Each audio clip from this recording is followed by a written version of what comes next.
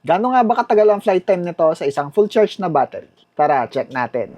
Ang daming comment nito doon sa Blue Up kung gaano daw ba katagal ang flight time nito at bakit ganon kaiksi. Dito papakita ko kung paano ko siya pinapalipad. Medyo aggressive ako dito at hindi hover lang. Naka-fast forward to ng 10 times para mabilis. Ang sabi ko doon sa naunang video ko ay 3 to 5 minutes ang flight time. Kasi yun talaga yung nakukuha kong average dito. At kadalasan sa mga ganitong klaseng laruan, ganun lang din talaga yung average flight time nila. 3 to 5 minutes lang. At ang charging time ng kanyang battery ay 20 to 30 minutes lang din naman. So dito sa flight time ko na to, kulang-kulang 4 minutes lang. Para sa mga nagsasabi kung bakit 3 minutes lang yung flight time nito, ganun po talaga.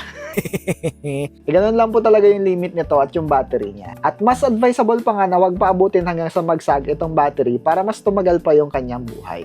At kung bitin ka pa dun sa 3 minutes flight time, bumili ka pa ng dagdag na battery. Yun lang talaga yung solusyon nun. Gaya na itong mga tiny whoop na to, 2 to 3 minutes lang ang flight time nito, lalong-lalo na pag-race. Para sa mas madaming flight time, mas madaming battery din talaga ang kailangan. Ayan o, ganyan kadami yung battery na kailangan, lalong-lalo na pag nagre-race. So yun, sana nasagot ko yung mga tanong ninyo. Kung may maiba pa kayong questions, mag-iwan lang kayo ng comment dyan sa baba at susubukan nating sagutin yan. Yun lang, thanks for watching and follow for more.